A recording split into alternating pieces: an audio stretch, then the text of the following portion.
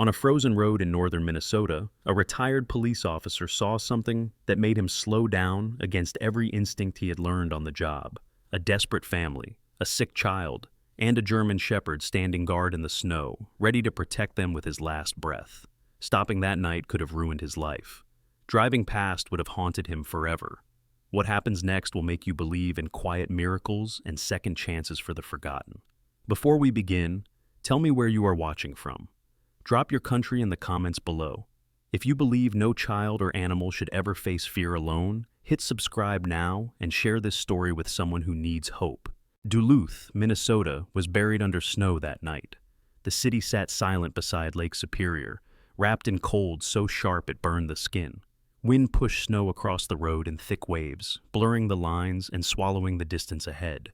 Streetlights flickered behind the storm, barely strong enough to cut through the white curtain. Driving conditions were bad. Most people stayed home. Frank Holloway was not most people. He drove an old Ford pickup, moving carefully but without fear. At 61, Frank was still solidly built, broad through the shoulders, with the posture of a man who had spent his life standing alert. His face was rough and weathered, his jaw square, framed by a short gray beard he kept trimmed out of habit. His pale blue eyes stayed focused on the road, scanning constantly, as if danger might step out of the snow at any moment. Frank had been a police officer for 25 years. State Patrol first, then City Police. The badge was gone now, locked away in a drawer, but the training never left him. He still noticed everything: the condition of the road, the wind direction, the way snow drifted unevenly near the shoulder. His hands rested steady on the wheel, relaxed but ready. He hadn't planned to drive that night. The weather alerts had warned people to stay off the roads, but the house had felt too quiet after dark, too empty. Driving gave him something to focus on. Movement kept certain memories from settling in. The heater rattled as it pushed warm air into the cab. The truck smelled of old leather, oil, and cold metal. Frank didn't mind. Comfort had never mattered much to him. He had learned that early on the job. As he left the main road and entered a quieter stretch near the edge of town, he slowed down. Snow had covered the lane markings completely. Visibility dropped to less than 50 yards. Frank leaned forward slightly, eyes narrowed, instincts sharp. That was when he saw movement ahead. At first, it looked like shadows, shifting in the storm. Then the shapes became clear. A man was walking along the shoulder, struggling to push a child's stroller with one wheel bent inward. The metal scraped against the ice with every step.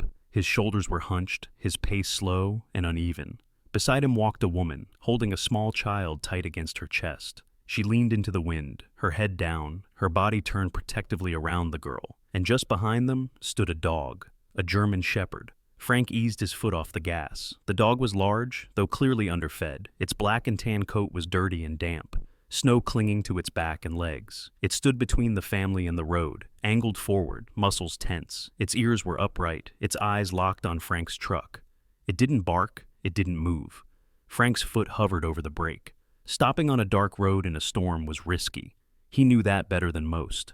Years on the force had taught him how quickly situations could turn bad. Then, the dog adjusted its stance, just slightly, controlled, purposeful. Frank recognized it immediately. That dog wasn't acting on instinct alone. It had training. He braked and brought the truck to a stop.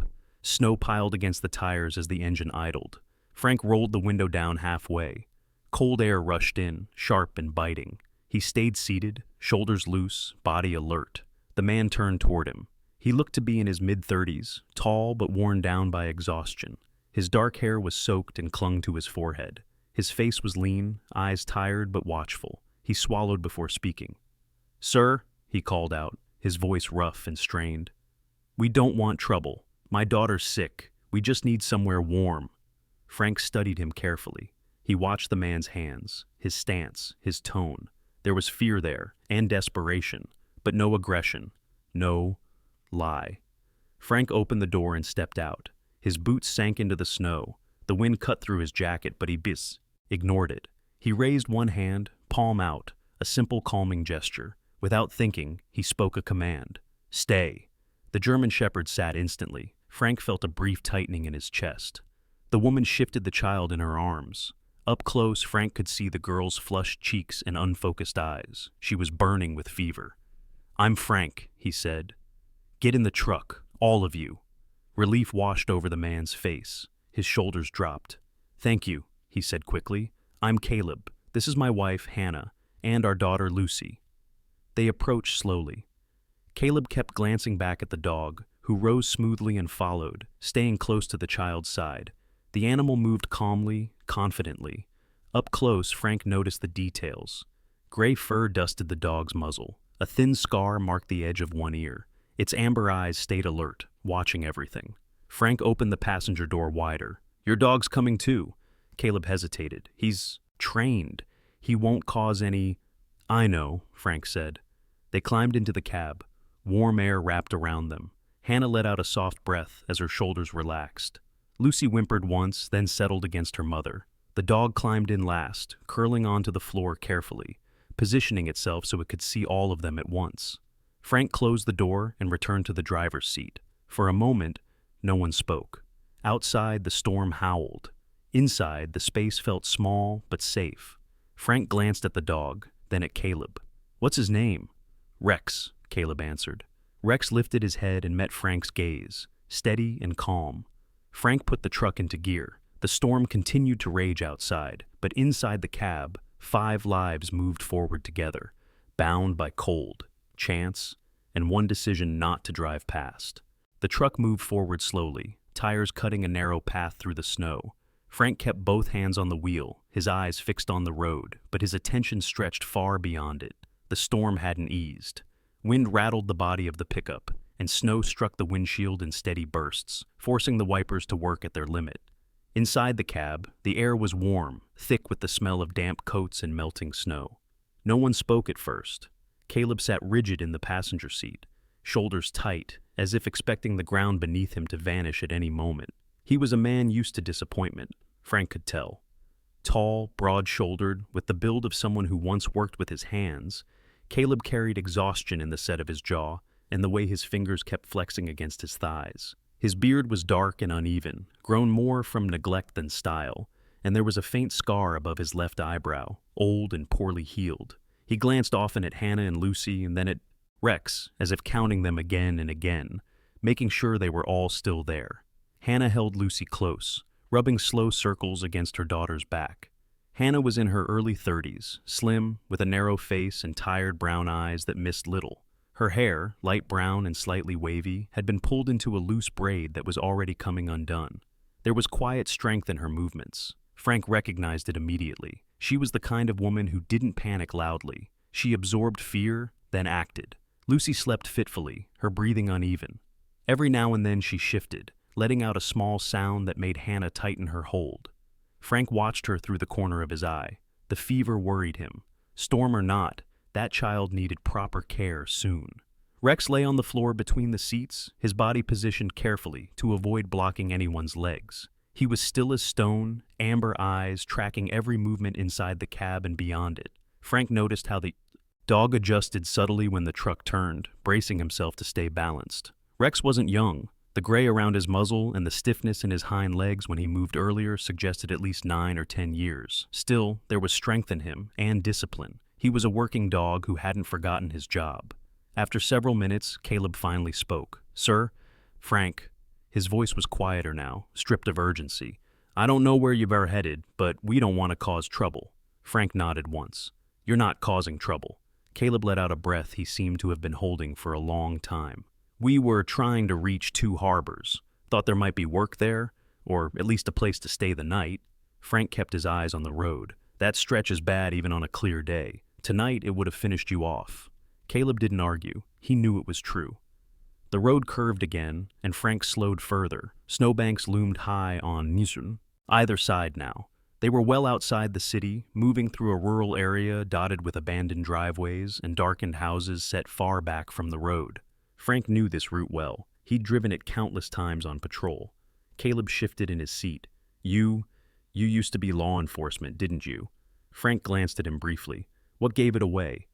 Caleb hesitated, then nodded toward Rex. "The way you spoke to him, and the way you watch everything."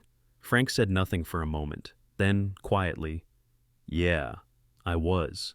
Rex lifted his head slightly at the sound of Frank's voice, ears twitching. Caleb looked down at his hands. Rex was K9, Duluth PD, His handler was Officer Mark Jensen. Caleb swallowed. Mark was my brother-in-law.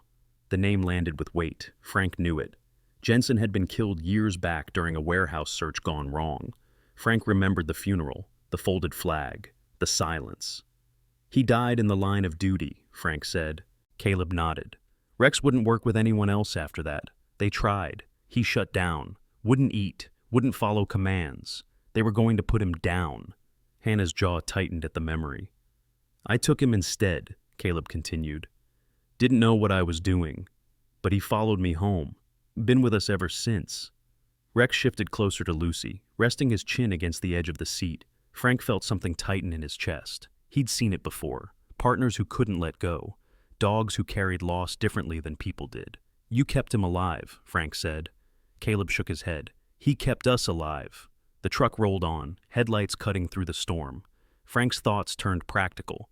There's a clinic about 15 minutes up the road. Small place, run by a woman named Dr. Elaine Porter.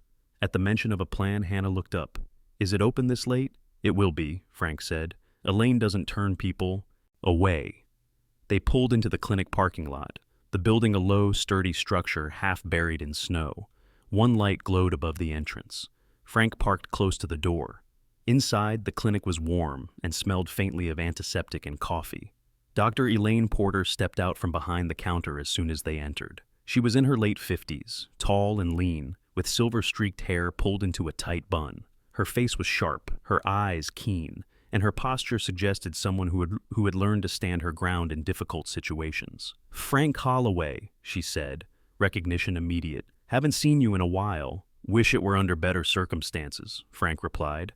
Elaine's gaze moved quickly over Hannah and Lucy. Bring her back, now. Lucy was examined, treated, and given medication. The fever was high but manageable, nothing life-threatening if handled properly. Hannah sagged in relief, pressing her hand to her mouth to hold back tears.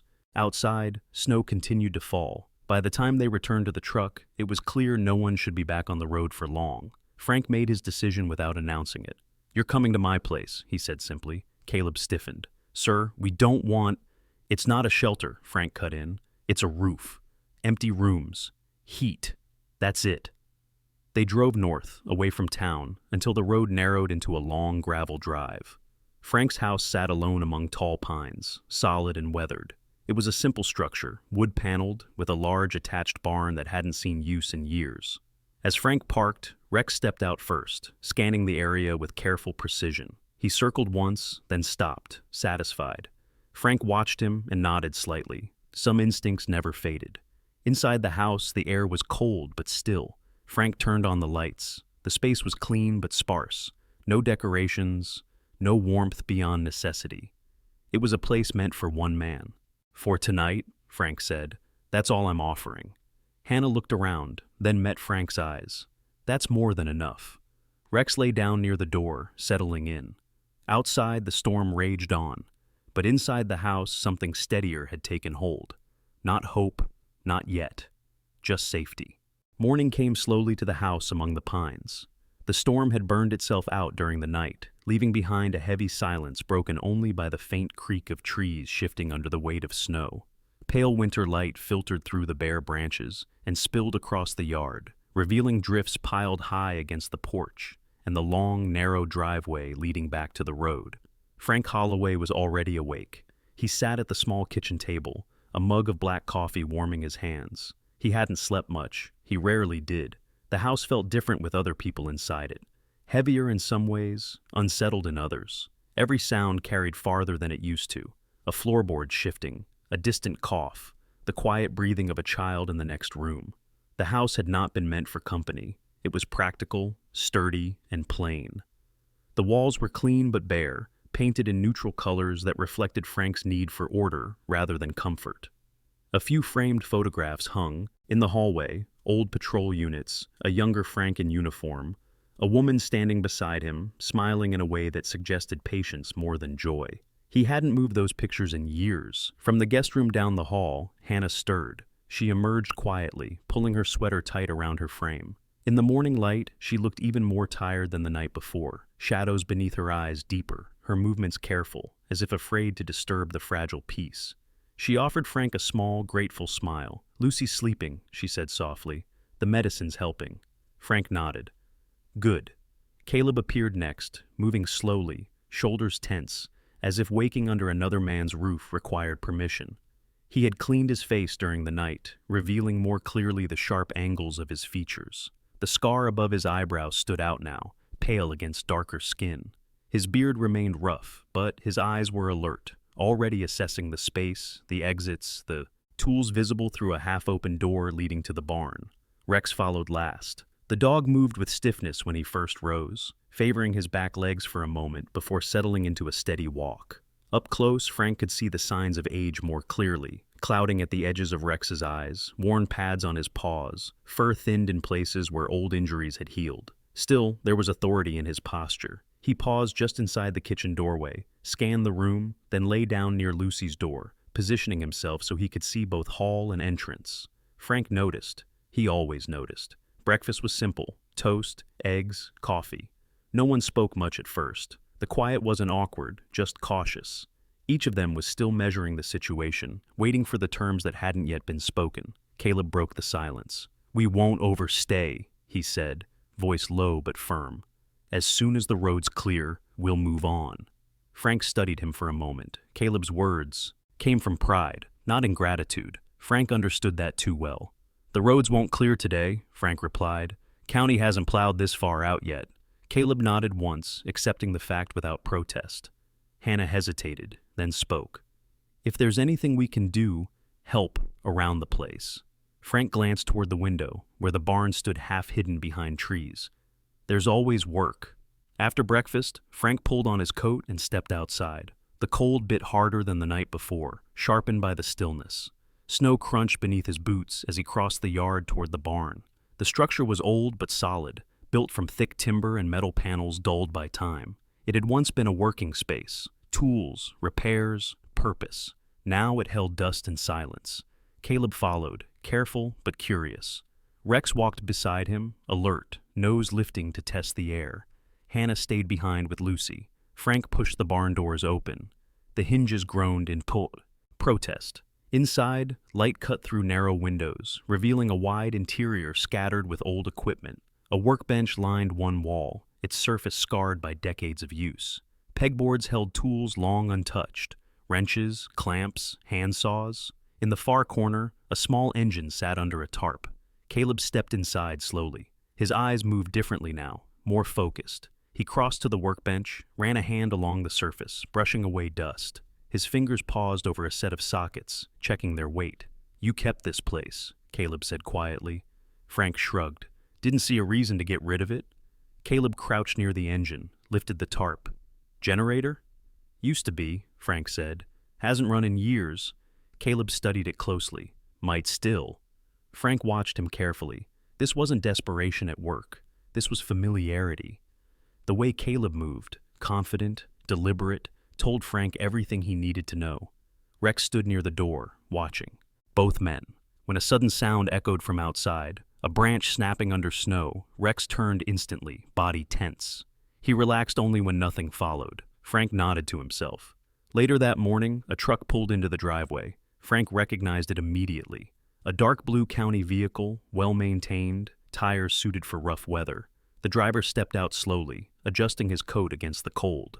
Sheriff Thomas Green was a tall man in his early 50s, broad through the shoulders, his presence calm and steady. His hair was graying at the temples, his beard neatly trimmed, his expression shaped by years of dealing with people at their worst and trying to keep situations from getting worse. Frank had worked with him before retirement. Green had been younger then, eager, still learning when to push and when to listen. "Frank," Green said, offering a nod rather than a handshake. "Heard you had company." Frank's jaw tightened slightly. "That didn't take long."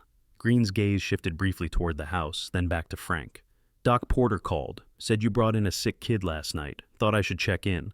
Storm like that, people get nervous." Caleb stepped forward before Frank could speak. He stood straight, meeting Green's eyes calmly. "We're just staying until the road's clear." Green studied him openly. He took in the scar, the posture, the way Rex positioned himself half a step behind Caleb's leg. The sheriff's expression softened slightly. "That your dog?" Green asked. Yes, sir, Caleb replied. Rex, Green nodded. K9? Retired, Caleb said. Green glanced at Frank. You always did have a habit of collecting strays. Frank didn't smile. They're not strays. Green held his hands up in a placating gesture. I'm not here to make trouble, just making sure everyone's okay. From the porch, Hannah watched silently, Lucy wrapped in a blanket beside her. Rex's ears flicked toward the house, then back to the sheriff. Green followed Frank's gaze. Child looks better? She is, Frank said. Thanks to Elaine. Green nodded. Good. The sheriff lingered a moment longer, then spoke carefully. You know people talk. You take in folks, especially with kids, questions get asked. Frank met his eyes squarely. I know the law. Green gave a faint smile. I figured you would. After the sheriff left, the yard felt quieter, but not calmer. Caleb exhaled slowly. We can go, he said. I don't want to bring problems here. Frank looked at the house, then at the barn, then at Rex standing watch. Problems don't always come from staying, he said. Sometimes they come from running. He paused, then added, For now, you stay. That's all. Caleb nodded. He didn't trust the offer yet, but he accepted it. As the day wore on, snow fell lightly again. Hannah cleaned the kitchen. Lucy colored, quietly, at the table. Caleb worked in the barn, coaxing life back into the old generator under Frank's watchful eye. Rex moved between them all, never resting fully, never in the way. By evening, the generator sputtered, coughed, then settled into a rough but steady hum. Frank felt something unfamiliar stir in his chest. Not hope, purpose. And for the first time in years, the house did not feel entirely empty. The second night passed without snow, but the cold deepened. The sky cleared into a hard, colorless stretch that pressed down on the land, and the silence around the house grew sharper, more alert. Frank noticed it as soon as he stepped outside at dawn. This was not the quiet of rest. It was the quiet that came before something shifted. He stood on the porch for a long moment, breath visible in the air, eyes scanning the tree line. Years of patrol work had taught him that unease often arrived before reason could explain it. The generator hummed steadily behind the barn, a low, mechanical reassurance that something broken had been coaxed back to life. That sound grounded him. Inside, the house was awake. Hannah moved quietly through the kitchen, wiping down the counter, though it was already clean. She was not the type to sit idle when uncertainty hovered nearby. Her movements were efficient, controlled, shaped by years of making do without guarantees. Her face looked softer this morning, but the tension had not fully left her eyes. She was grateful, yes, but gratitude did not erase caution. Lucy sat at the table with a blanket around her shoulders, coloring carefully. The fever had broken during the night, leaving her weak but more alert. Every so often, she glanced toward the window, where Rex lay on the porch just outside, head resting on his paws, eyes half closed but never fully asleep. Caleb emerged from the hallway a few minutes later, pulling on his jacket. He had shaved with an old razor Frank kept in the bathroom, cleaning up the rough edges of his face. Without the beard, his features appeared sharper, the angles of his jaw and cheekbones more pronounced. He looked younger that way, but also more exposed. His scar stood out clearly now, a reminder of something he did not speak about. Generator held, Caleb said, nodding toward the barn. I'll finish tuning it later. Frank grunted in approval. Coffee's fresh. They drank in, silence, the kind that allowed thoughts to run freely without pressing them into speech. Frank watched Caleb carefully. The man worked with focus, not desperation. He wasn't trying to impress. That mattered. Late morning brought the first sign that the world beyond the trees had taken notice. A sedan appeared at the end of the driveway, its tires crunching slowly over packed snow. It wasn't a county vehicle. The car was clean, newer than most that ventured this far out. Frank felt his shoulders tighten. Rex rose instantly. The dog's posture changed completely, his head lifted, ears forward, body aligned toward the sound. He did not bark. He stepped closer to the edge of the porch, placing himself squarely between the house and the road. Frank moved outside, coat pulled tight. Caleb followed, stopping a step behind him. Hannah appeared in the doorway, Lucy at her side. The car came to a stop near the barn. The driver's door opened and a man stepped out. He was in his late 30s, lean and well-dressed for the weather. His coat was tailored, dark wool, clean lines. His hair was neatly styled, untouched by the wind, and his face was smooth, free of scars or roughness. He looked out of place, like someone who belonged to offices and conference rooms, not frozen driveways and unfinished barns. This was Evan Holloway. Frank recognized him immediately, though it had been nearly 3 years since he had last seen his son.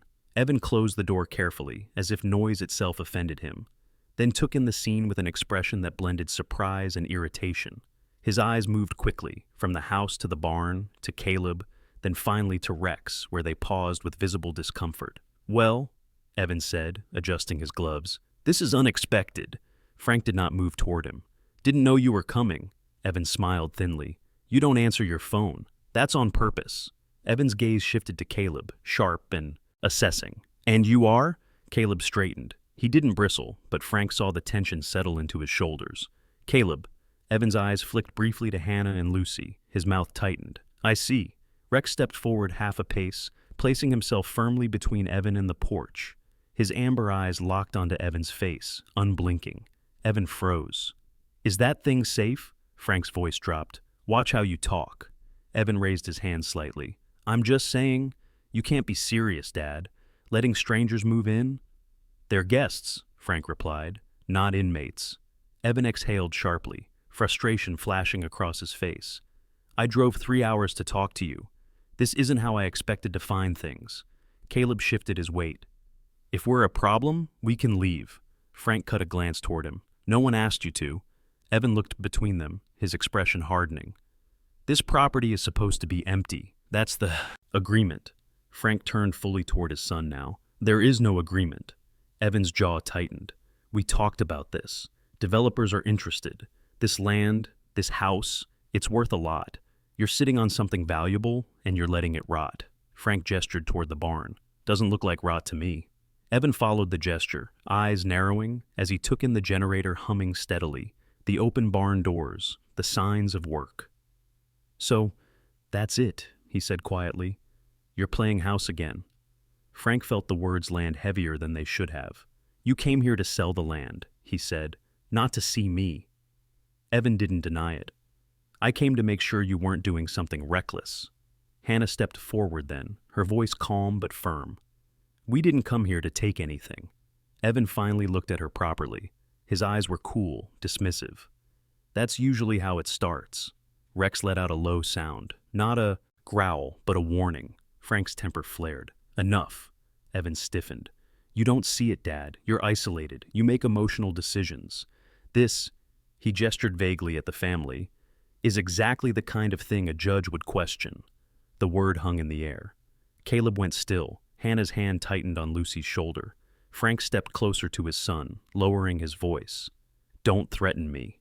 Evan met his gaze, something old and unresolved flashing in his eyes. "I'm not threatening. I'm being realistic." Frank studied him then, not as a father, but as a former officer. He saw ambition sharpened by impatience. A man who measured success in profit, not permanence. Evan had grown up watching Frank choose duty over comfort. Somewhere along the way, he had decided never to make the same choice. "You're not selling this place," Frank said. "Not now, not ever." Evan's lips pressed into a thin line.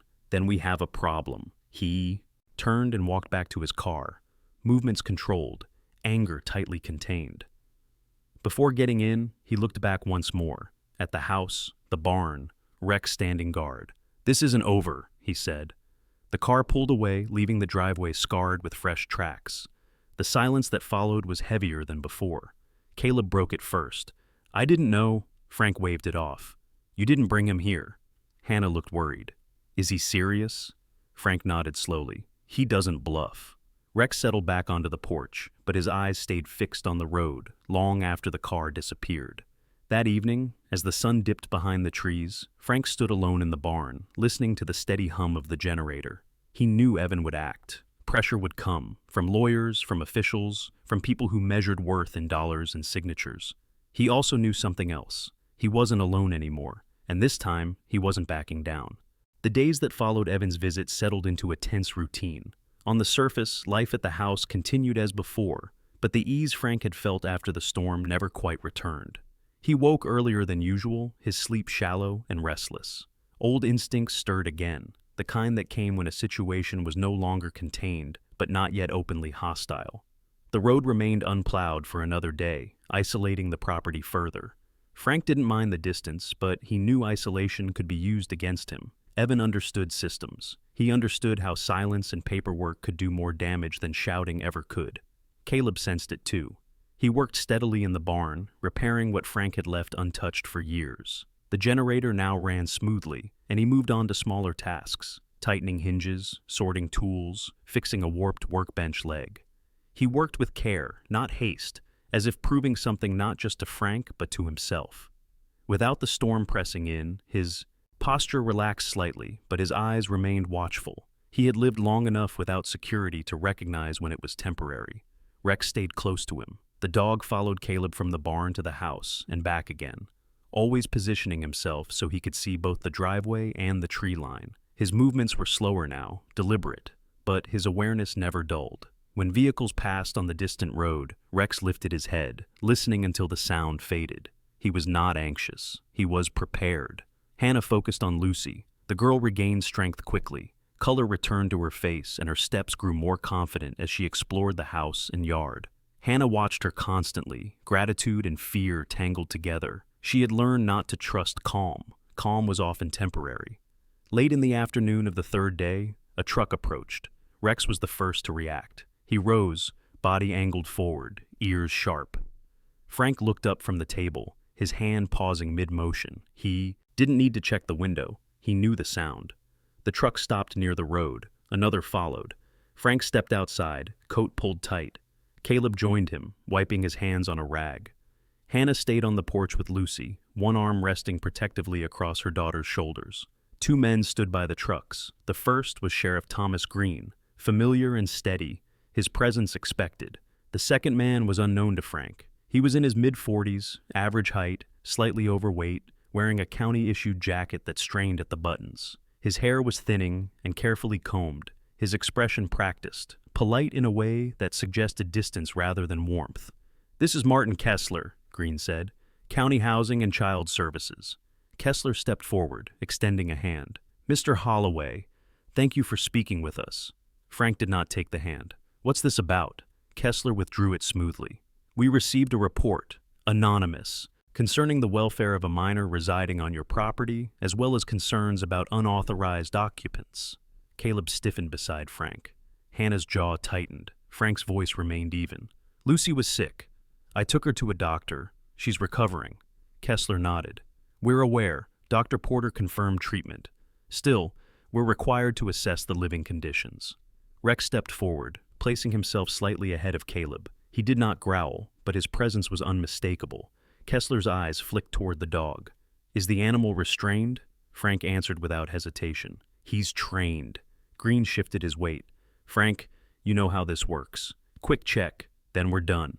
Frank held his gaze. He trusted Green, but trust didn't erase consequences. "Fine," Frank said. "You'll find nothing wrong." Inside the house, Kessler moved slowly, making notes, opening doors, asking routine questions. His tone remained neutral, his observations careful. He noted the clean kitchen, the stocked pantry, the warmth of the rooms. Lucy sat at the table, coloring quietly, her movements calm. Hannah answered questions directly, without embellishment. She didn't argue. She had learned long ago that defensiveness only invited suspicion. Caleb stood back, hands folded, saying little. He watched Kessler's eyes more than his pen. Rex remained near Lucy, head low, eyes alert. When Kessler stepped too close, Rex shifted slightly, blocking the path. Frank noticed. So did Green. "Dog's protective," Green said casually. "He's family," Hannah replied. The inspection ended without incident. Outside, Kessler closed his folder. "At this time, there are no grounds for further action. However, I'll note that extended stays by non-owners can complicate matters." Frank met his eyes. "Noted." As the trucks drove away, the tension did not leave with them. That evening, Frank received a letter. It arrived by courier, crisp and formal. Frank read it once, then again, his expression unchanged. Caleb watched from across the table, reading the room rather than the paper. "What is it?" Hannah asked. Frank folded the letter carefully. "My son filed a petition. He's requesting a capacity evaluation. Claims I'm making unsound decisions." The words landed heavily. Caleb pushed back his chair. "This is because of us." Frank shook his head. This is because he's always believed he knows better. Rex lifted his head at the shift in tone. They'll send someone, Frank continued. A court-appointed evaluator, maybe more visits, more questions. Hannah's voice was quiet. We can leave. Frank looked at her then, really looked. She wasn't pleading, she was offering a solution that cost her everything. No, Frank said firmly. Leaving won't stop this. It'll prove his point. Caleb exhaled slowly. What do you need from us? Frank considered the question. For most of his life, he had been the one with answers. I need things to make sense, he said finally. I need proof, not words. Work. The next morning, Frank drove Caleb into town. The roads had finally cleared enough to allow passage. Duluth felt different after days of isolation. Louder, sharper. They stopped at a hardware store near the old industrial district. Frank knew the owner well. Samuel Price stood behind the counter, tall and broad, his white beard thick and untamed. He had once been a dock worker before an injury ended his career. Since then, he had built the store from nothing. His voice was gruff, his manner blunt, but his loyalty ran deep. Frank Holloway, Sam said, eyes narrowing in a grin. Haven't seen you in a while. Frank nodded. Need work. Sam's gaze shifted to Caleb. He studied him openly, taking in the posture, the hands, the way Caleb scanned the shelves. What do you do? Sam asked. Fix things, Caleb replied. Sam snorted. Everyone says that. Frank gestured toward the barn. Let him show you. By afternoon, Caleb was repairing a broken delivery truck behind the store. He worked methodically, diagnosing a transmission issue others had missed. Sam watched in silence, arms crossed. When the engine roared back to life, Sam's expression changed. You're good, he said simply. I need someone like that. By the time they returned to the house, the sun was low. Frank felt something settle inside him, not relief, but direction. Evan's pressure would continue.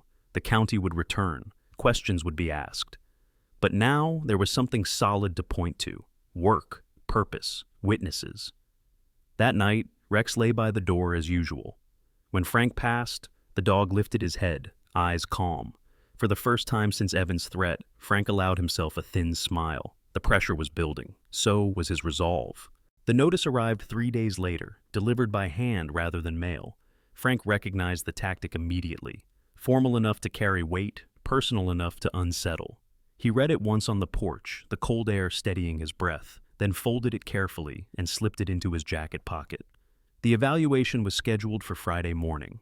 A court-appointed assessor would come to the property to determine whether Frank Holloway was still capable of managing his own affairs.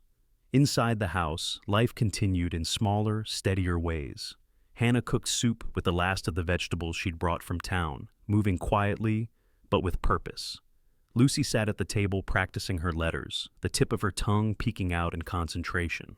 Caleb worked in the barn, finishing a job for Samuel Price, a rebuilt alternator that would be picked up before noon.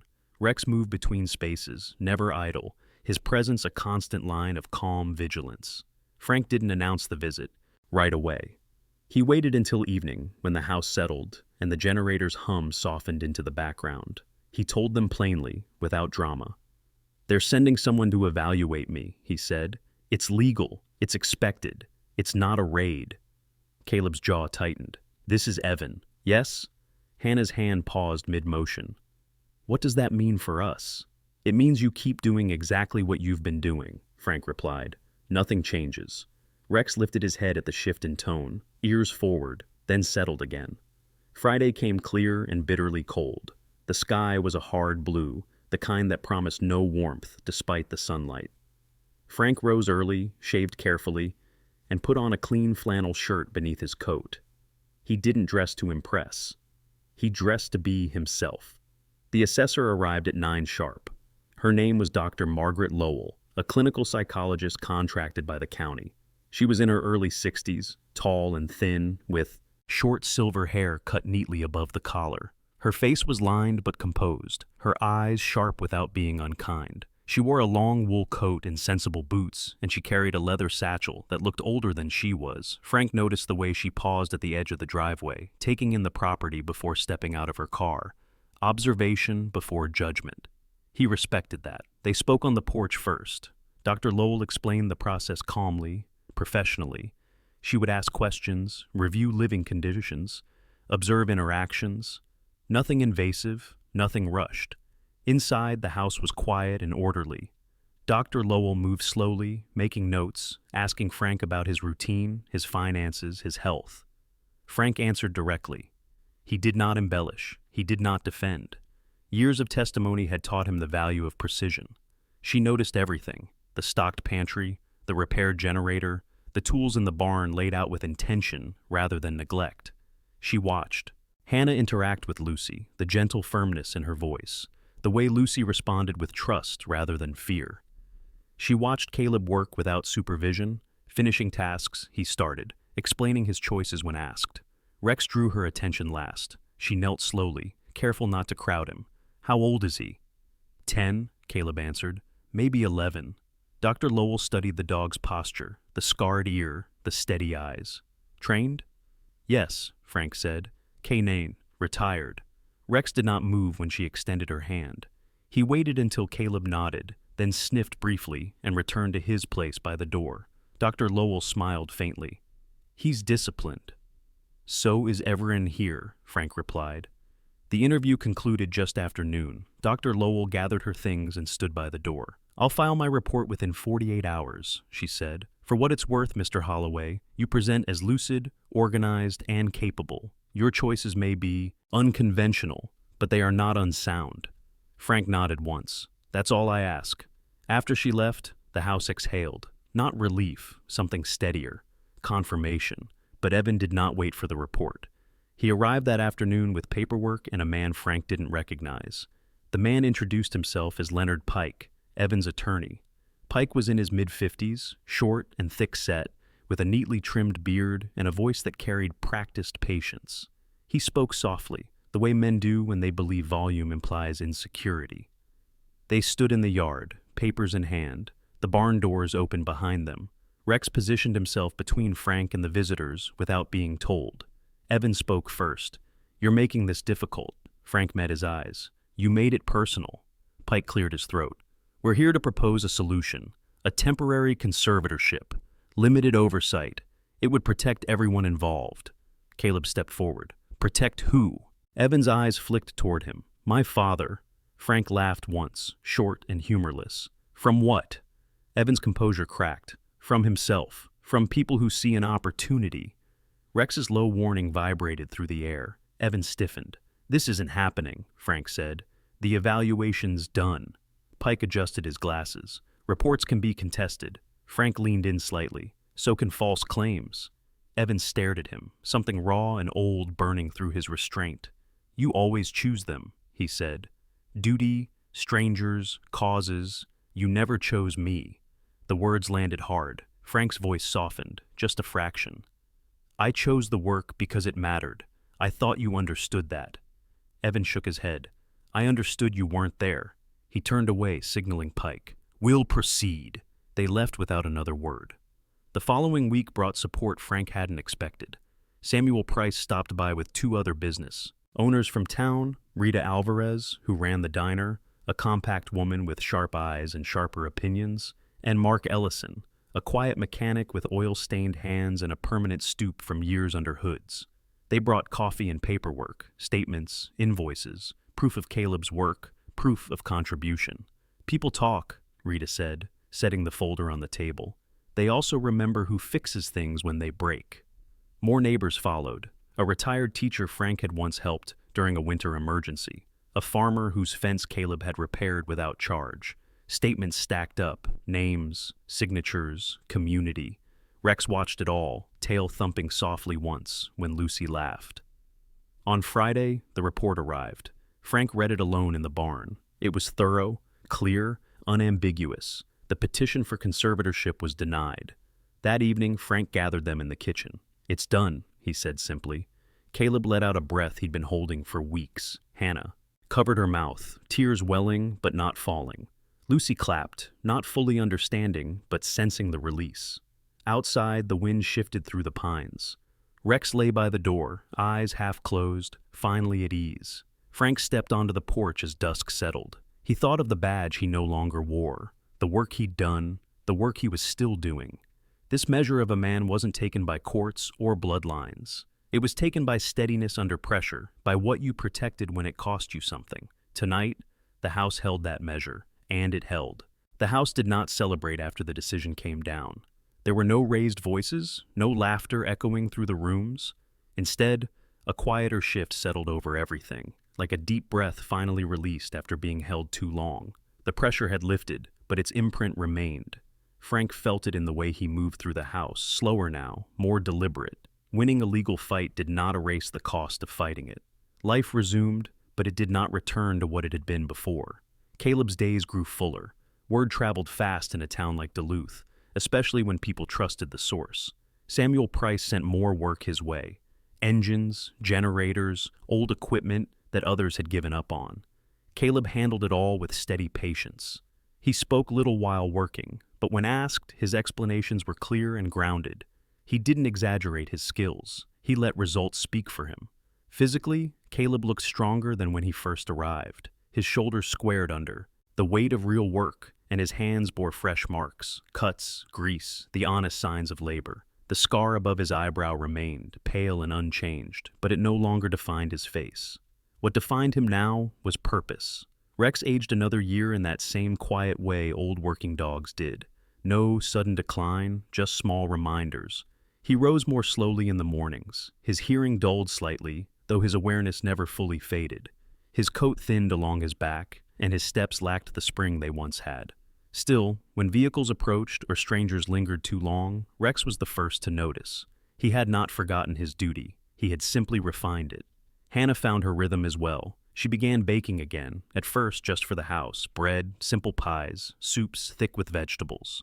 Then Rita Alvarez asked if she would bring a few loaves to the diner on Sundays. Hannah agreed, unsure. Within weeks, people were asking for more. Hannah was quiet by nature, but her work carried warmth. She listened more than she spoke, and people trusted her because she never pretended to be anything she wasn't. Lucy returned to school once the roads fully cleared. She walked the halls with cautious confidence, her backpack slightly too big for her frame. Rex waited every afternoon by the edge of the yard until she returned, tail wagging once, slow and sure. Lucy liked to talk to him as if he understood every word. In many ways, he did. Frank watched it all from a slight distance. He stayed involved, but not intrusive, guiding when asked, stepping back when not needed. The house felt different now. It no longer echoed. It breathed. Evenings were filled with ordinary sounds, dishes clinking, quiet conversation, Lucy reading aloud, the wind moving through the trees without tension attached to it. Evan did not return. Weeks passed without word. No lulls, no letters. Frank expected something. Another maneuver, another push, but it didn't come. The silence unsettled. Him more than open conflict ever had. He knew his son well enough to understand that withdrawal was rarely surrender. It was recalculation. That recalculation revealed itself one gray afternoon. A truck pulled into the driveway, unfamiliar but not aggressive. Rex lifted his head but did not rise immediately. Frank stepped onto the porch, eyes narrowed against the cold. The man who climbed out was in his late 40s, tall and lean, his build spare rather than strong. He wore a heavy coat, well-used boots, and a knit cap pulled low. His beard was dark, streaked with gray, kept short and neat. There was a guarded calm in his posture, the kind that came from years of managing difficult conversations. He introduced himself as Daniel Rowe. "I represent North Shore Developments," Daniel said, voice measured. "I'm not here to pressure you." Frank did not invite him inside. "Then say what you need to say." Daniel nodded. "Your son approached our firm months ago, proposed a purchase. When that fell apart, he suggested an alternate route." Frank felt the familiar tightening in his chest. "Which is?" "Partnership," Daniel replied. "Scaled back, limited footprint. He believes compromise might appeal to you now." Frank studied the man carefully. Daniel's eyes did not dart. His hands remained still. This wasn't a shark. This was a messenger. "I'm not interested," Frank said. Daniel hesitated. "Before you decide, your son asked me to deliver something." He reached into his jacket and pulled out a small envelope. Frank did not take it immediately. "What is it?" "A letter," Daniel said. "Personal." He said it mattered more than the deal. Frank finally took it. Daniel stepped back. "I'll leave you to it. My number's inside if you change your mind." He left without another word. Frank stood on the porch long after the truck disappeared. Rex joined him, leaning lightly against his leg. Frank opened the envelope with steady hands. Evan's handwriting was tight, precise. The letter was short. He did not apologize outright. Evan had never been good at that. Instead, he explained about growing up in the shadow of a badge, about always coming second to emergencies, to calls that couldn't wait, about believing that success meant control, ownership, certainty, about fearing that if he didn't take something solid, it would disappear. "I don't know how to talk to you without fighting," the letter ended, "but I don't want this to be the last thing between us." Frank folded the paper slowly. That night, he didn't sleep much. The next morning, Frank drove into town alone. He stopped at the diner, ordered coffee, and sat where he could watch the door. Rita said nothing, just poured and moved on. She understood silence. By mid-morning, Frank made a decision. He did not call Evan. He did not call Daniel. Instead, he wrote his own letter. It was shorter than Evan's. He wrote about the work being done in the barn, about Lucy's progress in school, about Rex growing old with dignity. He wrote about staying, about choosing something that lasted longer than profit. "If you want to know me," he wrote, "come here without a plan." He mailed it that afternoon. Days passed. Then one evening, as snow threatened again but did not fall, a familiar car appeared at the end of the driveway. Evan stepped out alone. He looked different, tired, thinner, the sharp edges of his confidence worn down. His coat was expensive but unbuttoned, his hair slightly unkempt. He stood still for a moment, as if unsure whether to proceed. Rex stood but did not advance. Frank walked down the steps. They faced each other in the open space between porch and drive. No lawyers, no witnesses. "I'm not here to argue," Evan said first. Frank nodded. "Good." They spoke quietly. Not everything was resolved. Not everything needed to be. Evan admitted his fear of being irrelevant, of losing ground. Frank admitted his absence, though not his regret for the work he had done. No deal was made. No forgiveness was declared. But something loosened. Evan left before dark. Inside the house, dinner waited. Frank returned to the table, where Caleb, Hannah, and Lucy sat. No one asked questions. They didn't need to. Rex settled near the door, eyes half closed, breathing steady. Outside, the wind moved through the pines without warning or threat. What remained was not perfect. It was honest. And it was enough. Time did not rush after Evan left that evening. It moved at a steadier pace, the kind that allowed things to settle into place without being forced. Winter loosened its grip slowly, reluctantly, retreating inch by inch from the land around the house. Snow melted into the soil, feeding the pines, softening the ground where boots had pressed hard paths through months of ice. Frank felt the change in his bones before he saw it in the trees. Age made itself known in quiet ways. His knees complained more on cold mornings. His hands stiffened before loosening around a warm mug of coffee. But there was less weight on his chest now, the kind of weight that came from unfinished business. Caleb took on more responsibility without being asked. The barn no longer looked like a space borrowed from the past. It became something active again. Tools were cleaned and hung with intention. Orders were logged. Samuel Price sent steady work, and word spread beyond Duluth. People trusted hands that fixed what others replaced. Caleb changed too. The sharp edge of caution softened into confidence. He spoke more when needed, less when it wasn't. His posture straightened, not from pride, but from belonging. The scar above his eyebrow remained, a reminder of earlier struggles, but it no longer defined him. What defined him now was consistency. Hannah's baking became a fixture in town. She refused to call it a business, but money exchanged hands just the same. Rita Alvarez gave her a standing space at the diner. Hannah worked with calm focus, flour on her hands, hair tied back, eyes attentive. She had a way of making people feel seen without asking questions. It was a quiet gift. Lucy grew quickly, as children do when safety allows it. She laughed more easily. She slept through the night. Her drawings shifted from storms and dark roads to houses, trees, animals.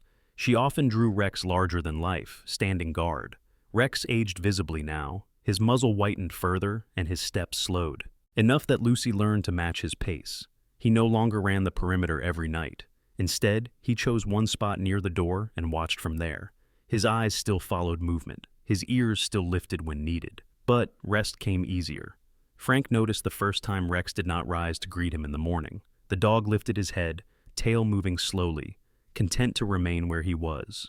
That afternoon, Frank took Rex to the vet in town. Dr. Elaine Porter examined him gently, hands experienced and careful. "He's old," she said simply. "Well-loved, well-used." Frank nodded. He understood that language. Spring arrived fully. With it came a letter from Evan. It was shorter than the last. No deals, no explanations. Just a request to visit again, no agenda.